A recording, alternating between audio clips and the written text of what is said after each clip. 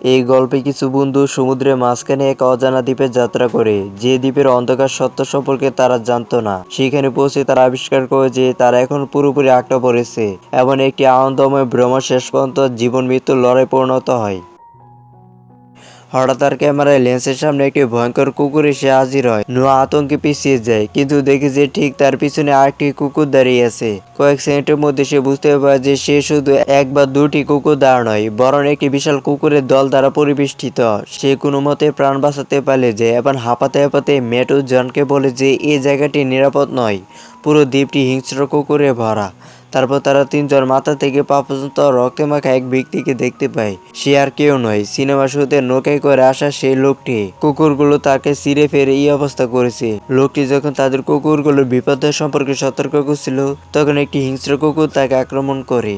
এটা পিছন থেকে এসে লোকটিকে আক্রমণ করে এবং চোখের পলকে তাকে মেরে ফেলে। এ ভয়াবহ দৃশ্য দেখে তিন ভাই ও নোভা হতবাক হয়ে যায় এবং নিজেদের জীবন বাঁচানোর জন্য মরিয়া হয়ে বাড়ির দিকে দৌড়ে পালায়। এদিকে বাড়ির কাছে সারা নেকি কোনো বিপদের কথা না জেনেই সাঁতার কাটছিল। তারা টেরও পায়নি যে তাদের পিছনে পাড় থেকে একদল বড় কুকুর দ্রুত তাদের দিকে এগিয়ে আসতেছে। ছেলেগুলো ধরে এসে দূর থেকে জোরে চিৎকার করে তাদের তাড়াতাড়ি ভিতরে ফিরে যেতে বলে। সবাই ভিতরে ঢুকতে সক্ষম হয়, কিন্তু হঠাৎ একটি কুকুর লাফিয়ে বেরিয়ে এসে নিকির পা তার চোয়ালে শক্ত করে ধরে।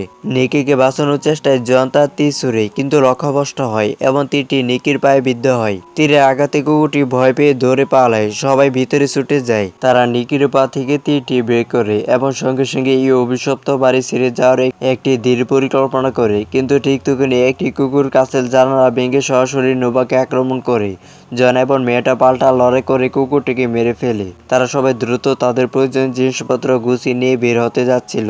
এমন সময় তারা দেখলো যে কয়েক ডজন কুকুর বাড়িটি ঘিরে ফেলেছে এবং কয়েকটি এমনকি তাদের সি প্লেনটির কাছে প্রস্তুত হয়ে দাঁড়িয়ে আছে। বাইরে কুকুরের এই ভয়ঙ্কর বাহিনী দেখে তারা পিছু হটে বাড়ির ভিতরে লুকিয়ে পড়তে বাধ্য হয়।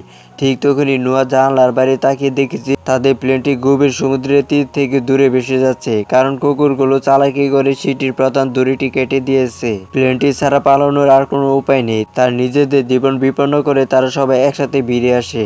ভেসে যাওয়া প্লেনটি টেনে আনার জন্য জন সরাসরি পানিতে ঝাঁপ দেয়, কিন্তু প্লেনটির কাছে সাঁতরে যেতে সে সেটির উপরে উত পেতে থাকা দুটি হিংস্র কুকুরকে দেখতে পায়। জনকে পানিতে দেখে কুকুরগুলো তাকে শিকারে পরিণত করার জন্য পানিতে ঝাঁপিয়ে পড়ে। জন তার সমস্ত শক্তি দিয়ে পানিতে সাঁতার কেটে কোনো মতে তীরে ফিরে আসতে সক্ষম হয়।